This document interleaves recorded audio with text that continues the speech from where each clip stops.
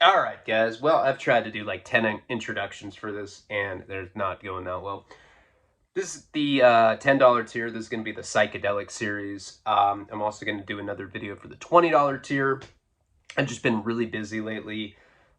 Basically, just taking care of Nico. You know, Karina's really having a hard time being sick, and I don't have as much freedom as I used to. Like before, I used to just do whatever I want. I'd be down here just beating off to porn. She'd be like, "Can you come help?" I'd be like, "I'm working." I never make noises like that when I come. I don't know why I do that. All right, let's. I've tried to do an introduction like 10 times, and they're just. I went off on like some rant about having a herpes outbreak, and I do, and it sucks because it like sticks to the cloth of your clothing. So like, you know, and I move around. I'm always like squirming and shit. And if I make sudden movements, it like rips my herpes sore apart. All right, let's get into the story. No, I did this already. Like, I'm like, God, you're just not. You're not doing well right now. You're firing blanks. But let me tell you, this is a fucking crazy ass trip that I was on one time. So this is back. Fuck, what year was this? Uh, okay, so this is when I was probably 19. So when I was 19, there was this period. So you don't get confused because I know you're like, it's hard to keep up with all this stuff. When I was, okay, after Kate, right? Right after that period. Um, that was my absolute worst fucking addiction time. Not the worst that I've been, but like, that's when I just stopped caring if I lived. You know, before I was like, man, I hope I don't die. At that point, I was like, fuck, I hope I don't live anymore. Life sucks. I loved her. It was like some homeless skinhead. He's like, dude, how many black cops do you think there are out there? I'm like, I don't know. I'm trying to tell you about this girl I love. I don't give a fuck. I hate cops. I hate black cops. I hate black people. I hate myself. Every time I get spun out, I want to fuck guys. I'm like, dude, all right. God, we don't have to talk then. Uh, so during that period, I was pretty much voluntarily homeless. You know, I think we had touched on that in the Kate epilogue. I don't know. I think that was on the $20 tier, but I kind of like voluntarily went homeless for a while. I stabbed a skinhead. Um, I went to. I'm just trying to think of when this was. I had to have been like 19. I'm thinking. Anyway, it really. I guess it doesn't matter how old I was, but now it's bugging me. Um. Okay, I remember now. Okay, so I was like I was 19. This is before Florida. So there was a period at that point where the only thing that I could do was have sex with women for money. Not in the traditional gigolo sense, but like Isla Vista, huge party town, right? A lot of kids that live there. It's just this big college town, like on the Pacific Ocean in Santa Barbara, like right outside of Santa Barbara. Bunch of condos like on the beach. It's an amazing, beautiful place, but it's a lot of wild, debaucherous partying. A lot of kids that live there go to the community college. They don't even go to the University of Santa Barbara, UCSB. A lot of them just go to community college, but they have like rich parents, but they still doesn't mean that their grades still suck. So they just put them in this nice like coastal beachfront apartment complex, and it's like basically that entire town is just one big party. Growing up in Santa Barbara, we would go there a lot on the weekends, you know, and there's a lot of fist fights out there. There's a lot of sex. There's a lot of group sex. There's a lot of, that's about it. Fights, sex, and group sex. And drugs and alcohol. there's a lot of women that live out there. And even in high school, I'd get wasted and I'd like hit on a girl, and then before I knew it, I'd like wake up in a room and I would just be like, what the fuck? My dad would be like blowing my cell phone up. Where are you? You're 15. Then I'd just be with like some college girl. She's like, you want a donut? I'm like, oh my God, ugh. The fuck? I drank too much again. So I kind of learned like at a young age, like that it was almost like I was in college, because I would go party in this college town all the time as like a 15, 16-year-old, getting a lot of fist fights with people out there. And I'd sleep with a lot of random women. So that was in high school. So like fast forward to the time I was homeless. I started touching on it when I moved in with that girl, Andrea. That was the girl that we used to watch shower, and I like knocked at her door. I was like, I need alcohol. She's like, come in, you're so cute, oh my God. She like adopted a drug. She's like, I'm an adopted drug addict. Her like grandma would come visit from out of town. She's like, look at my junkie pet. I'm like, I need drugs. Grandma would be like, oh my God, Andrea, you're wild. No, that girl was actually, just side note, I just thought of this. This is fucking weird, right? So we had like a pretty platonic thing going on for a while, right? She was probably, the girl Andrea, she's probably like, I met her when I was 19. She was probably like 24. She's probably like 5 years older than me. But back then, that seemed like old. She seemed like an old person. I was like, do you get Social Security yet? She's like, oh my God, yeah. No, she didn't say that. But like, we never hooked up in the beginning. And at that time, I had a warrant. Remember, I was like homeless at the time. And this is right around the time that this story takes place, so fuck it, I'll just take us off in this direction. This is weird though, right? So we end up, she lets me move in with her. She had a roommate. And they were both pretty flirtatious with me. Now you gotta remember, at that point, I'm not saying I'm like really good looking or anything, but I was really bad looking then. Like unusually so.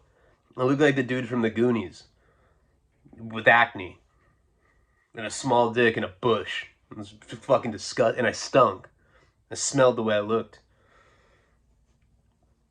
But I had a bomb personality back then. I always made these girls laugh, and I'd be at their place and they'd just walk around topless. I'd be like, oops, and they'd be like jiggling their chest. I'd be like, oh my God, I have no sex drive. I'm on drugs, you know. But actually, I was doing a lot of meth, so I was horny a lot there. I'd be like beating off. Like, I remember there was one night I was all twacked out over there and I was beating off, and I had like the door cracked open and I was like watching her roommate on the couch, and she caught me and she was like, are you masturbating while looking at me? I was like, yeah. She's like, oh my God, drugs are so weird. Can you close the door? I'm grossed out. Like a normal person would like probably file charges, but like these people just didn't, they seemed to just accept my weird behavior. So they'd walk around topless. Anyway, so at one point, Andrea convinced me to turn myself into county jail. Now, we'd never kissed, nothing at that time. She's like, come on, honey, turn yourself in. And like, I was too young back then to know that she was hitting on me all the time. Like, at one point, she showed me a dildo. She's like, check out my dildo. It was like that big. I was like, oh my God. How many people is that for? She's like, just to me. I was like, ugh. It's huge. It was like the size of a fucking arm or something. She wanted to have sex. I just didn't see it back then. So anyway, so she had convinced me to turn myself into county jail because I had a warrant. She's like, come on, I'll write you every day. I'll put money on your books. I'll send you photos. I'll do, you know. And like at that point, I never really had a girl ride with me like that.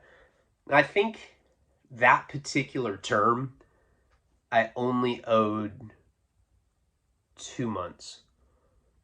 This was before I ran out of the courtroom. 2 months, 3 months, whatever it was. I didn't want to do it. But I was strung out. She was giving me money too. And like her whole plan to get me off heroin was to get me like a 30 pack of Pabst Blue Ribbon. Like she'd get me a 30 pack and she'd be like, here, babe, drink this while I'm at school all day. I'd be like, okay. And I just get wasted all day. Score heroin if I could. But I stayed pretty strung out during that time. So I ended up turning myself in and I went and did however much time that I did. Now, while I was in jail that particular time, I don't even, I see those sentences they happen so often I don't even like remember which one that was or whatever. But what I do remember is the time that I turned myself in for her because she like, I don't know why she wanted me to. She was just trying to help my life. She was actually a really great person. We tried to reconnect when it doesn't matter. Hold on. Let me keep going. So while I was in jail that time, she's like writing me every single day, just like she said. And of course I have like essays like, hey, what's up with this hyena that's always writing you? Is she fucking bomb as fuck or what, fool? Hey, do you think she thinks you're gay, dog? I'm like, what? I don't know. It's a fucking honest question. What do you say, question? So I have all these like essays telling me that this chick wants me. I never even thought of that before. I was like, huh? She's like old. She's like 24, guys. Like, dog, you're like fucking 19. You have fucking acne. Who cares? At least you have some bitch riding you, fool. So then she starts sending me photographs.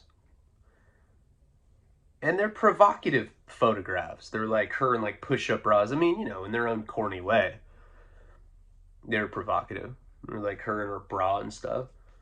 I'm like, no, hold on, guys. We're just homies. They're like, hey, dog, you're fucking stupid. That girl wants to suck your dick, fool. So that got in my head that this girl wanted me. And I was like, no. She's like literally writing me letters like, I want you, in like all caps. I'm like, huh? Nah, she's just joking. So anyway, I end up getting out after doing that time. She wrote me every single day, put money on my books, came and visited me. She was fucking super cool.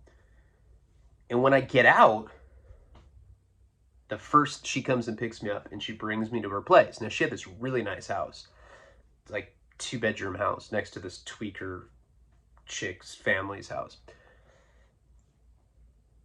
And when we get there, she has like a bottle of like, I don't know, some sort of like flavored rum, like Malibu or something like that. And we end up getting drunk together. And she's like, now, I drank with her a lot, but like I never seen her get drunk like this. She's like, my dad's coming to visit from out of town. I think he was like from the East Coast or something. Before he gets here, we should go skinny dipping. I was like, okay. See, now at this point, I already had all this time in jail with like these Southsiders like putting it in my mind that she wanted me like this. So we end up going skinny dipping. I was actually surprised. I was like, damn, fucking bomb. I didn't really, I don't know. We were kind of like in the friend zone, but nothing happened. We just went swimming in the ocean naked. That's it.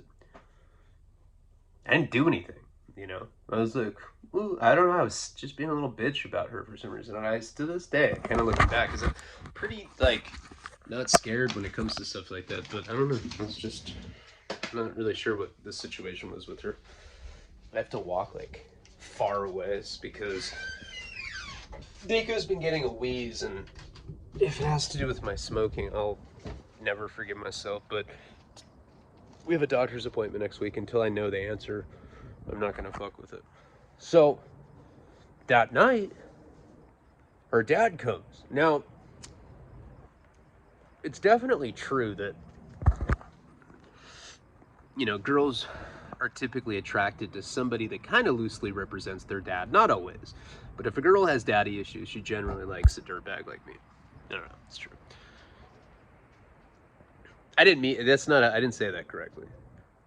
Girls with daddy issues tend to like me. That's the kind of girls I tend to attract. So I meet her dad, and I'm like expecting him to be some like white collar, clean cut dude from like Pittsburgh or whatever. And he looks like a straight up biker. He's got like a Yosemite Sam fucking handlebar mustache. He's like, "What's up? I'm Bobby." And I was like, "Oh my God." I was like scared of this guy. He's like, "You want to see some ink I got in the penitentiary?" He has like a dagger on his neck. I was like, "Oh my God." It's like, "Yeah, that's Dad. He's wild. He's a lot more harmless than he looks." He really kind of looked like a biker version of Charles Manson. I was like, "Oh my God." So, mind you, we had just been skinny dipping. Maybe like an hour before he got there. Went skinny dipping. It was really weird. So her like butt. I'd seen her topless, but like I saw her butt naked. It was really trippy. And then her dad gets there. So he's like, drinking with us, all that. And she ends up inflating like a mattress. And she's like, "Yeah, he's just gonna sleep on the floor." Now, the whole time that I'd lived with her and her roommate, I had always slept on the couch in the living room. She's like, "Yeah, he's gonna sleep on the floor. We're gonna sleep in the bed." And I was like drunk. I was like, Now I wasn't on heroin. I'd been in jail for a while. I was off heroin. I was drunk. And heroin would kill my sex drive. Alcohol without heroin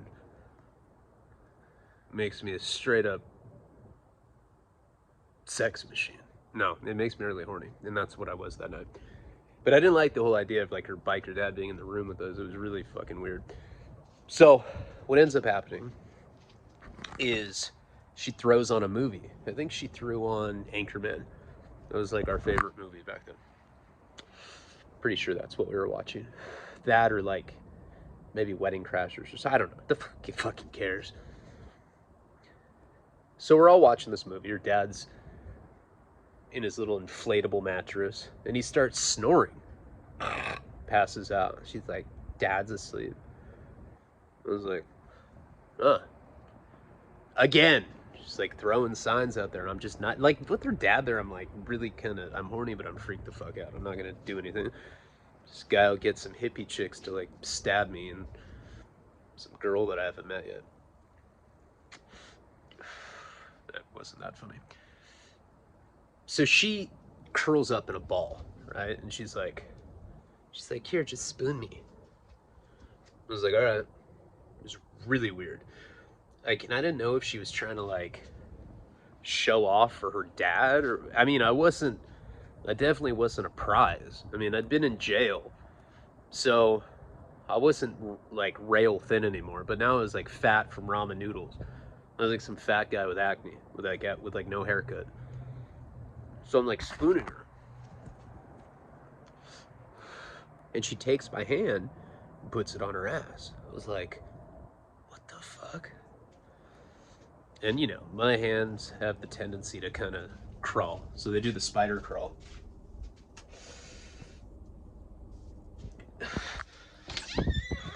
And I go from like her bare ass all the way to the front. And she like pushes me into her. I was like, oh, I felt taken advantage of. And I just start kind of rubbing a little bit. And she's like, "Ah." And I was like, "Hey, shh." I like look at her dad. He's like, "Oh." Kind of wakes up a little bit. I'm like, "Hey, I don't know. I feel weird because your dad's right there." She's like, "Just stick it in me." I was like, "No, fuck." When in Rome, watching Anchorman all the time. So I end up sticking it in. And I'm just like sitting there, like fetal position, like humping a little bit. And she just starts moaning. I'm like, "Oh my God, stop." Put my hand over her mouth, and she starts screaming into my hand and like biting me. I'm like, "Dude, this is," like, "Stop." I'm like, this is so weird." She's like, "Come on, keep going. I'm so turned on." I was like, "All right." And I like keep doing it. Anyway, I end up finishing, and I pass out right afterwards. It was all like a dream. Wake up the next day, and I swear to God her dad knows.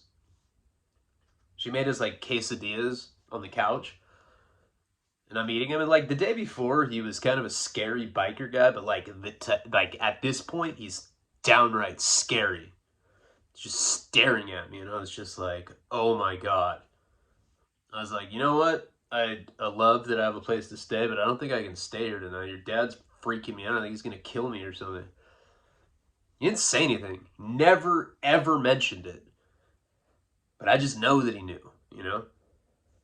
And this one, like he was only there for a couple nights.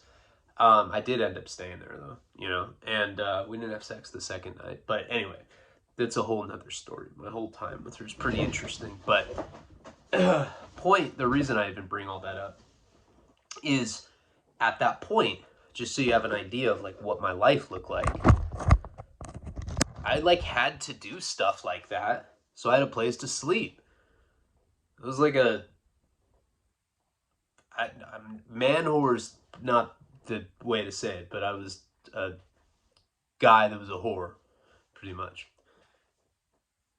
And so I'd learned in high school and from her, that was a good example of like some girl that pretty much flirted with me a lot and then just decided to fuck me when her dad wasn't down in the same room with him. It was the weirdest shit ever.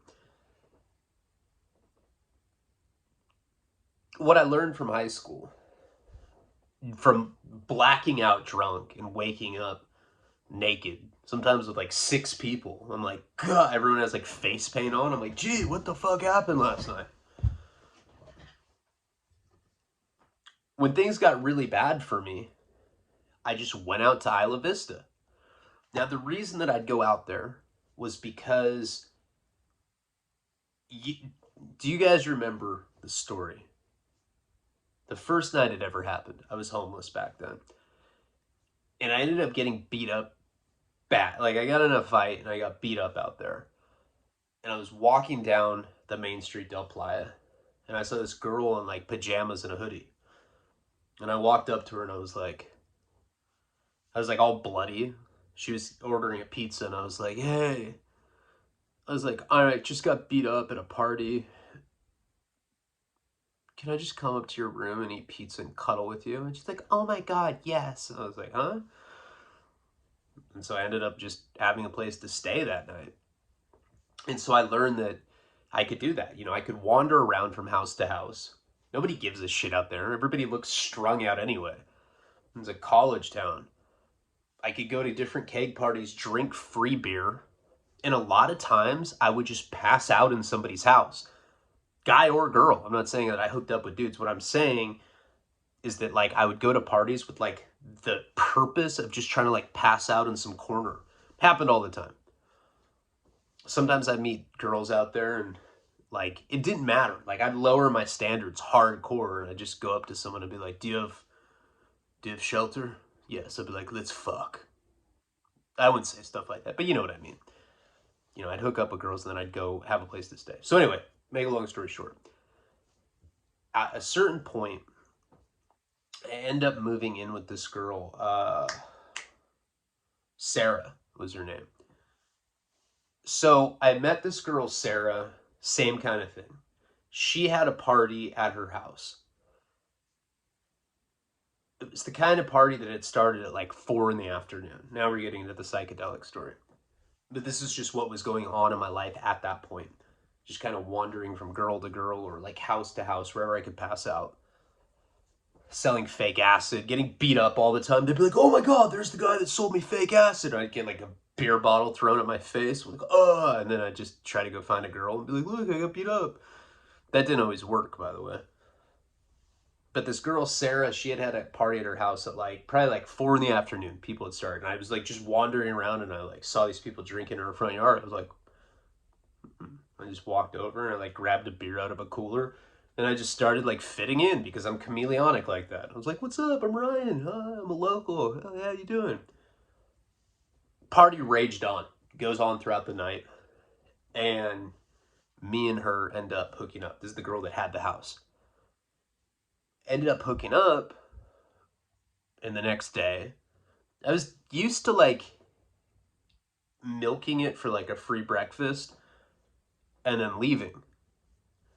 But this girl let me stay, you know? I like explained to her as I was like, yeah, like I don't have anywhere to stay.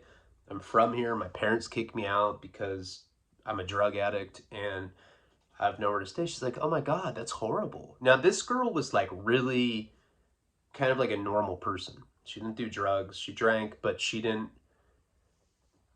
also wasn't like some psycho that just wanted like an insta boyfriend. This girl was a lot like that girl, Andrea, that I fucked and when her dad was in the same room with me. It was weird. Um, she wanted to help me more than anything else. So it went from like meeting her that night at the party, staying overnight, sleeping with her, hooking up with her for about probably like 3 weeks. And then basically she didn't want to continue it. But she didn't want me to leave either. You know, she knew I didn't have anywhere to go. So she basically like had a talk with me and she's like, look, this was fun while it lasted, but I don't want to be tied down. You know, she's like, basically, I'm in college. It's my first time away from my family. I just want to be a slut. I was like, I fucking totally get it. You know, I was like, to be honest with you, Sarah, I was just here for the shelter. She's like, ah, it's okay. It's like, you can stay here until you figure something else out. So I ended up staying there. And she's like fucking other guys, you know, like other dudes would come over, stuff like that. It got kind of weird. But I think she wanted me out of there. You know, like she was really nice and she didn't want to just kick me out on the street. But she started like coming up with creative ways to like try to figure out how to get rid of me. So she tells me that she's got a friend that she wants to hook me up with. It's like, okay, so I have this girlfriend. Fucking do not remember her name. It doesn't really matter. But she wanted to hook me up with like a blind date with this girl. I think her name is Vicky. Erica. I think her name was Erica, actually. Yeah, it was Erica. So she had a friend named Erica. And she was explaining, she's like, yeah, this girl Erica would really like you. You know, she really likes guys that are into like literature and art and stuff, but she hates drugs.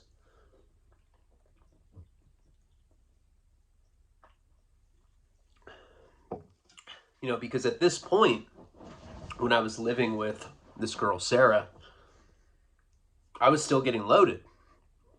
And she basically was trying to set me up with her friends so that I had a place to go. But that was the caveat, that she didn't like guys that did drugs.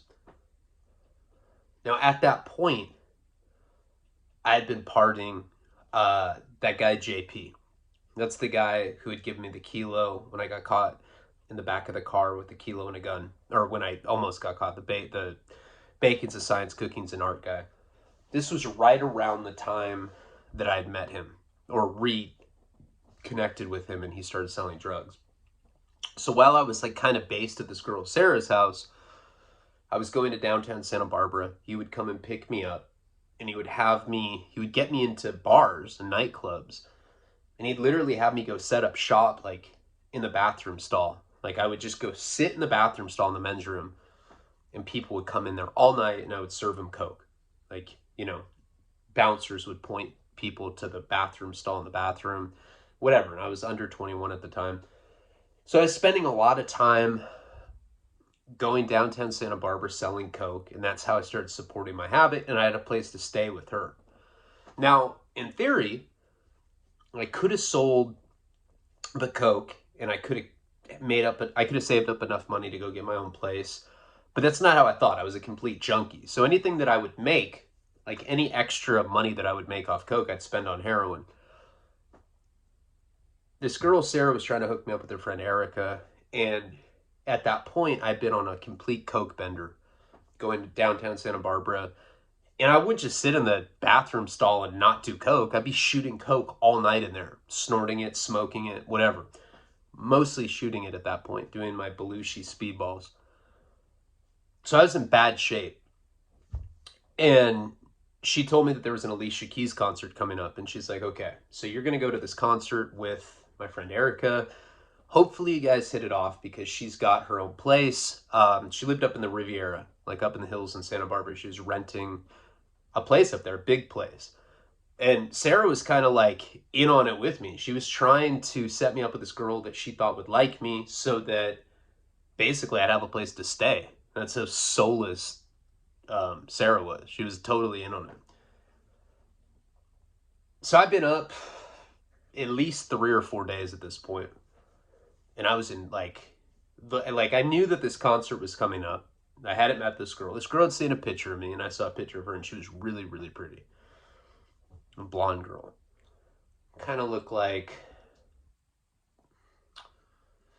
She kind of looked like what's that girl? What is that girl's name? Reese Witherspoon. She kind of looked like that. That kind of look. You know, totally like normal person. Into art, into music, into literature, into all the stuff that I'm into, except she hated drugs. I guess she had a brother that had died from a drug overdose when she was really young. And so she was like just hated, looked down on drug addicts. Didn't want anything to do with them. So as this date approached, the blind date that I was going to go on at this Alicia Keys concert at the Santa Barbara Bowl, I stayed up for days at this point. And I remember it was like the day of, this was like on a Friday. The concert was like, or I don't know, maybe like a Thursday night or something. I just remember the day of, like a whole week had gone by and I hadn't slept for days. I looked horrible. I had raccoon eyes. And I remember Sarah being like, dude, I don't know if you should go see her in the condition you're in. Like, anybody can tell that you're a drug addict. You look like some, like, gay prostitute or something. I was like, hey, why do you say that? She's like, it looks like you have eyeliner on. That was just my raccoon eyes. They were just that sunken.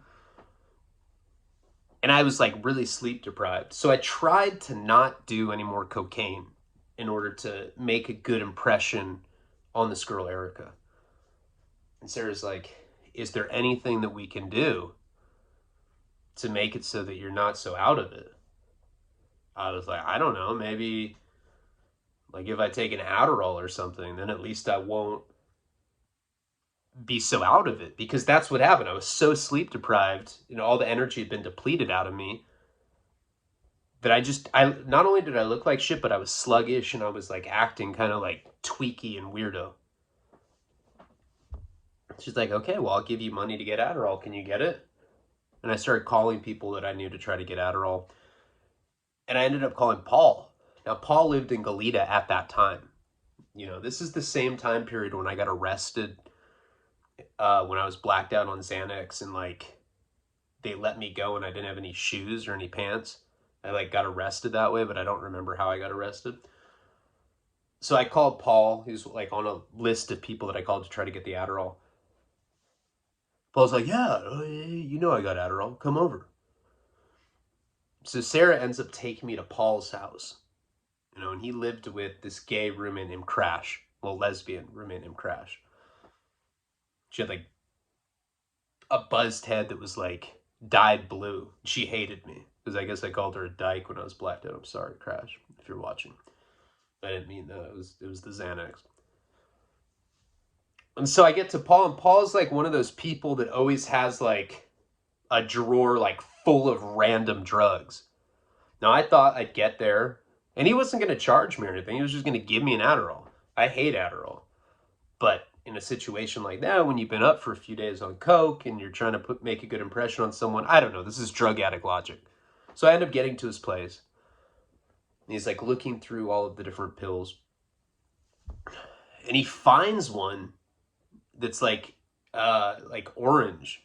I think it was like orange, but it was wet. Like the pills had gotten wet. And Paul's like, oh, well, I don't know which one's Adderall because my pills got wet. But I think it's this one. Adderall's orange. He like Googled it. He's like, yeah, take that.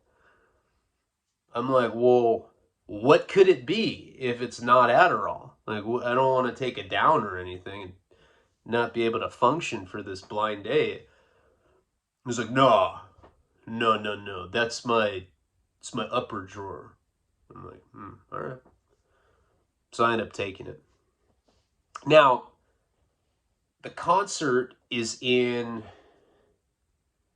probably like an hour and a half from the point that we leave his house. So Sarah takes me back to her place. She lived in Isla Vista. I go over there. I take the Adderall, or the pill. And we end up getting to her place. Now, her friend Erica is going to meet me over there. I don't feel anything. Like 30 minutes goes by. Typically, Adderall takes not very long to kick in. I don't feel anything. But of course, there's like the placebo. She's like, do you feel it? I'm like, oh yeah. Damn, no ADD anymore.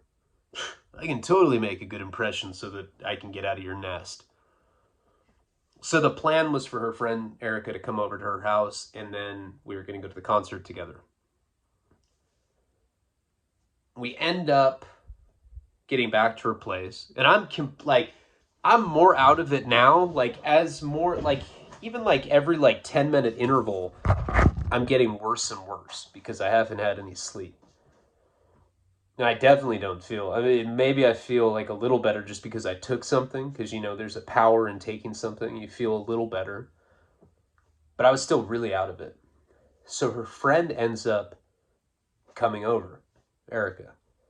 And she was wearing like this like leather, like Catwoman like outfit.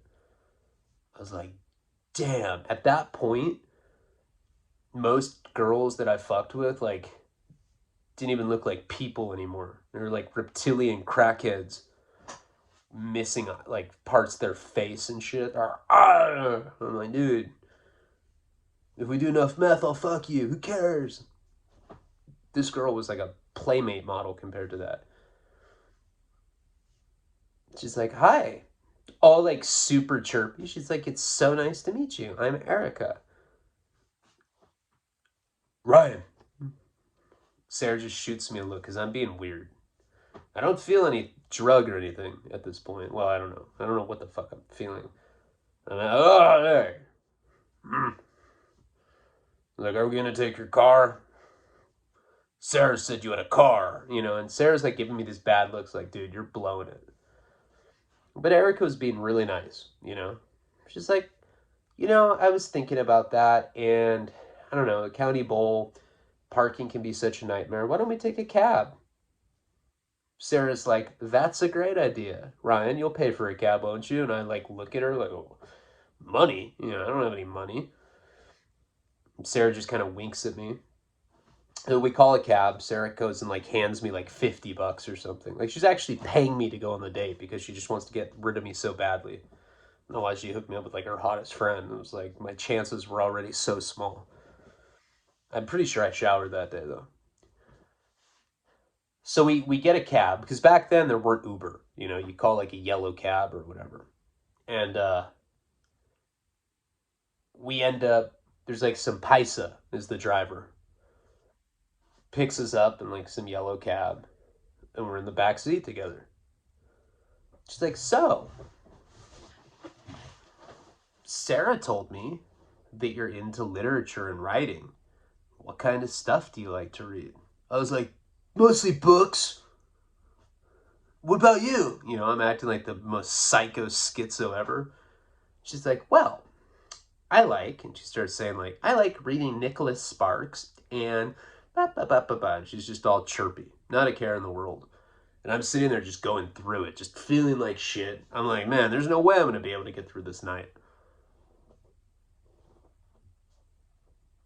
We get closer to downtown. We're having some like get to know you conversation. And I start feeling something. I was like, kind of like this wave of nausea going through me. And I was like, And then, remember, I'm already in like a weirdo, complete weirdo. And I was like, I don't feel good. Mm-hmm. She's like, are you all right? I was like, And I just felt it. It's just going through me. I was like, I think I'm going to be sick. And she's like, oh my God. And she's like, tells the cab driver, she's like, sir, I think that my friend here is not feeling well. Can you pull over? And we were like on the freeway. And he's like, no, roll window down. I was like, I like roll the window down, and I was sticking my head out the window because I thought I was gonna puke. I didn't puke though. And I like put my head back. I was like, oh, whew. I don't know. I think I got car sick. The circles under my eyes are like it doesn't even look like I look completely soulless at this point. I'm like, ugh. I definitely feel something kicking in, right? And she's like, well, we don't have to go to the show if you're not feeling up to it. And I was like, oh, no. Sometimes I just get car sick.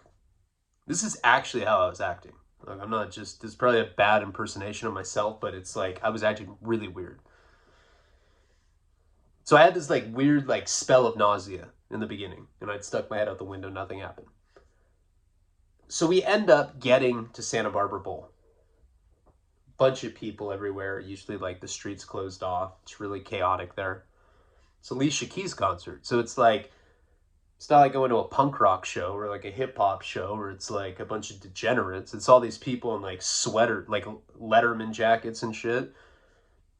I don't remember what I was wearing, but like if I had to guess, I was wearing like baggy jeans and like a t-shirt or some skater outfit. I wasn't dressed up at all. She's like in this like sexy leather Catwoman outfit. And so we get there and the cab just drops us off. I pay him whatever because Sarah had given me money. As we're walking into the concert, Sarah gave us the tickets too. So she provided the ticket, she paid for the cab, and I had a little money left over. I think her friend was older than me, because I know I wasn't 21 yet. But anyway, we end up getting to this show. And at the Santa Barbara County Bowl, you have to walk up this like huge hill to get to the place where like the outside amphitheater is. And so we're walking together up there. And of course, it's getting louder and louder as we approach because there's like somebody opening for Alicia Keys. And finally, my stomach really starts rumbling. And I'm just like, I know that I'm on that Paul gave me some drug. I don't know what at that time. But I start like doing that thing where like, you're about to puke and like you start burping. I'm like, ugh, ugh. Like, it's really weird because I'm on a date, so I'm like cupping my mouth, trying to have her not hear. I know that something's kicking in. So now, finally we make it up into the concert. And it was like, at that place, it's a bunch of like outdoor seating. It's like cement seats or whatever. And I was sitting on the seats, and she asked me if I wanted a beer. She wanted to like buy me a beer. That's why I think she was a couple years older than me, because I know for sure I wasn't 21 at this point. Now she's against alcohol, or she's against drugs, but she's a normie. She can have a beer, whatever. I was like, yeah, all right. We're like sitting down, and I'm feeling really sick. Like really fighting the urge not to vomit. She may have gotten to get the beer. I don't know what happened, but somehow I got a beer from her. And I took maybe like 3 or 4 sips of it. Alicia Keys was just starting. And I'm like sipping this beer. Take a few sips, and finally I'm just like, bleh! Just projectile vomit everywhere. Now, this is the kind of place where like if you puke, people get mad because you're sitting in like concrete like rows where like it's inevitable that if you throw up, like some of it's going to get on people. And I think some of my puke got on some people in front of us. So all these people start getting mad. Right after I puke, I'm looking at the theater and everything's just waving. It's like very like psychedelic. Like I can see this visual like ripple. I'm like, no. That, I don't know if you've ever been on hallucinogenic drugs when you weren't intending to be, but like that moment that you realize what's happening to you. I was like, fuck. And she's like, hey, are you all right? I was like, it was the beer. I'm wasted. I'm fine. And I'm sitting there, and I remember this intense panic just washing over me. I was petrified because there's so many people. Sometimes when you're like at a concert like that and you're on a psychedelic, especially if you weren't planning on being on one. And like I said, this wasn't like we were at some like psychedelic show or anything. We're at a fucking Alicia Keys concert. Everybody's mad because I had just thrown up. And I like look at her and she's like, what's going on? And like I remember like how gross her face was, like all contorted when she asked me. I was like, I gotta go pee. And I went to go to the bathroom and I got kind of like enveloped in this like crowd of people. Like the crowd of people seemed to like eat me into it. And I got lost. I remember just being petrified because now I'm out in this huge crowd of people. I can't find my way back. I have no idea where my seats are. Everybody that I'm looking at looks angry because that's what happens. I was on mescaline, I found out later, but I didn't realize that at the time. But one of the weird things about mescaline, where it differs from acid or mushrooms, like, okay, so acid, I'd say is very melty. You know, you look at your hair, I always look at the hairs on my arms and you can kind of like see them like melting. Mushrooms are wavy, you know, things go like this. It's like very like pattern oriented on mushrooms. Mescaline's weird because when you look at people, it's not melty, or like in the distance things look wavy. Like I said, like there's this ripple effect. But when you look at people's features on mescaline, they all kind of look, you know, everybody has like a pointy nose and like kind of slanted mean eyes, you know, shit like that. And you get really scared. And I remember like having like a full-blown panic attack because everybody I looked at kind of looked like pointy like this. If you can imagine everybody looking like this, I was like, oh my God. And I was scared. I didn't know what to do. What am I going to do? Go tell this girl like, oh, I'm tripping on some sort of hallucinogen right now. Like I already knew Sarah was going to be mad. And this was like, become complacent because I've been living with this girl, Sarah, for weeks at this point, being spoiled by her, and I already knew how mad she was going to be to find out that I threw up, that I left, got lost. Who knows how much time went by. But I got really in my head about it, and everybody was scaring me, you know, and I don't know why, but I went and I sat down and kind of like put my hands in my head, put my hands on my head, and then security came up to me. They're like, sir, are you, I have no idea how much time had gone by. Like, sir, are you all right? And I looked up at the security guard, and in my mind, I thought it was a cop, even though it was just like one of the rent-a-cops that worked at, you know, the security for this particular venue. So I decided just not to talk to him. That was like that was my best play. I just looked at him and I was like, my eyes were probably saucery. Shines a flashlight at me, and I remember like, felt like it, like the beam could hurt me somehow. Sir, are you all right? Why are your pupils so dilated? I was like, are you on any mind-altering substances? And I was like, I'm not going to say anything to this guy. I'm just going to stare and look at this guy. So I didn't say anything. And all of a sudden, I'm being escorted out of the fucking concert. And in my mind, I'm like, all right, you're doing fine. Don't say shit. They're not going to kick you all the way out. We're like 300 feet away now. I'm getting like pushed out.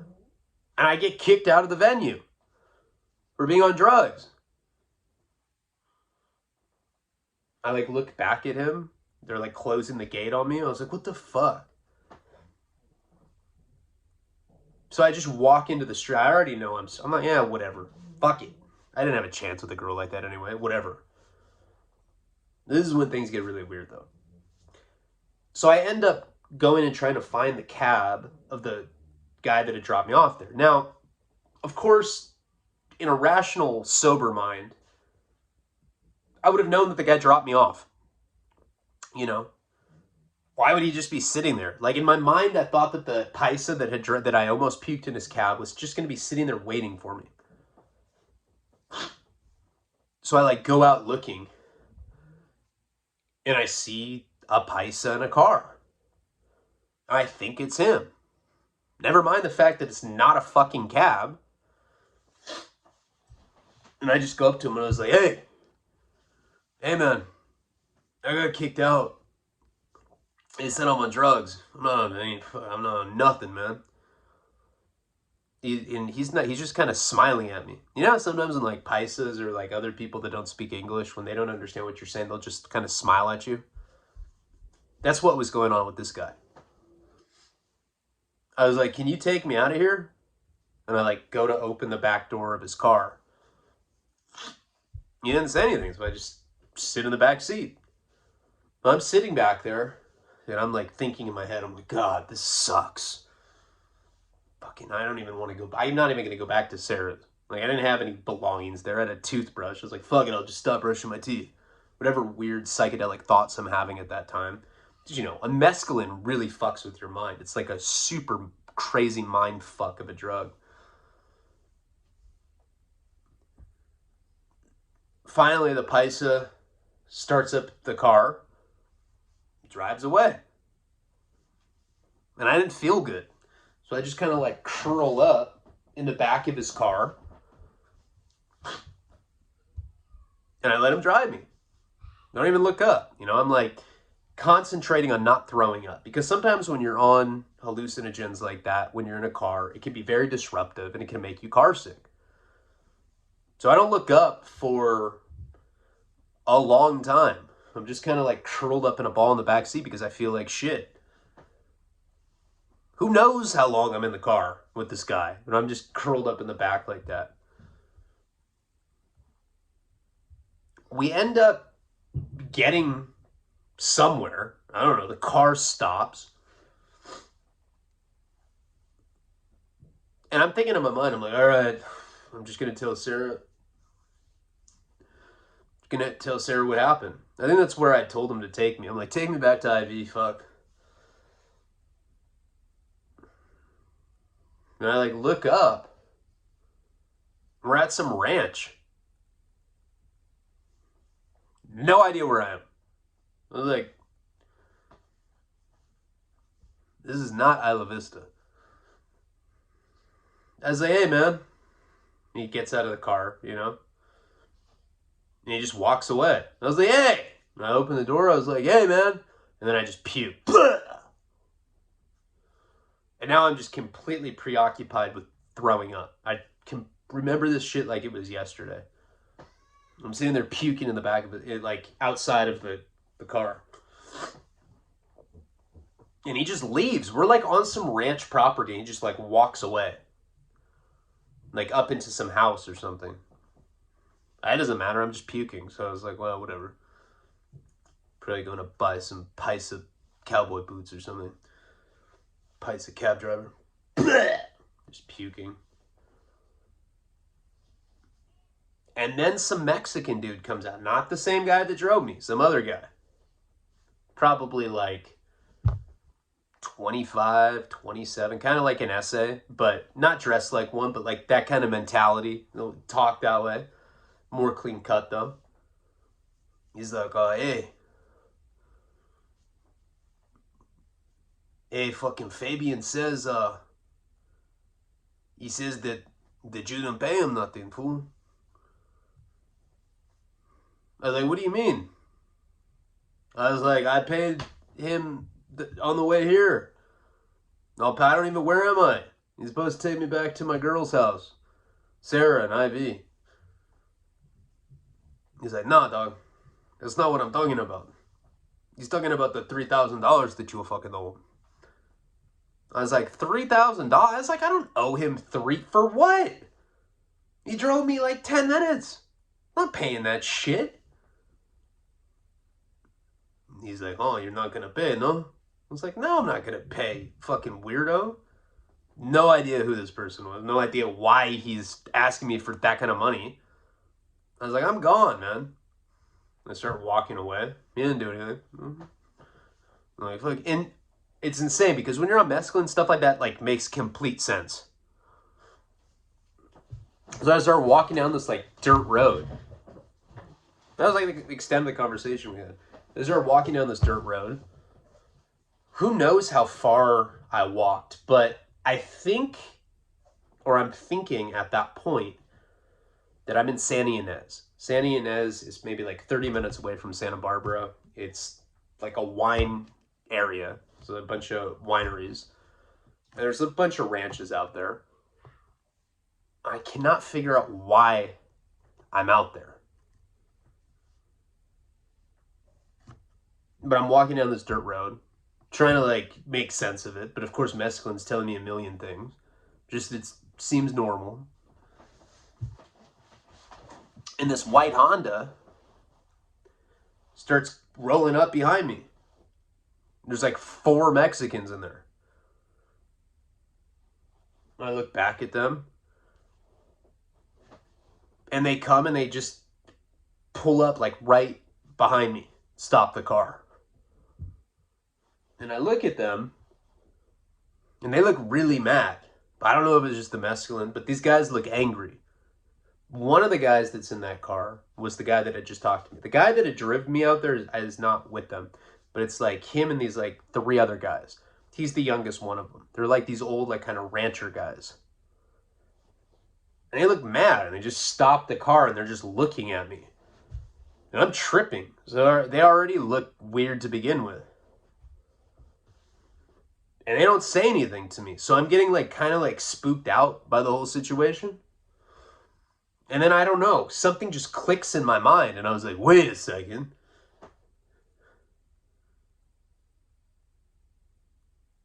Why would these guys think I owe them $3,000 when I'm out in the middle of some fucking ranch? And I just start running, you know, like it starts clicking in my mind that this is not a good thing. And I start running as fast as I can in front of me, but I'm tripping. And like when you're running, when you're tripping, it feels like you're running on like some other planet. Like gravity doesn't feel the same. This car just starts speeding up right behind me, like chasing me. And I was like, oh my God, I'm fucked. And we will get into this in the next installment of Psychedelic, Alicia Keys. This is probably a 3-part video, but this shit gets fucking crazy.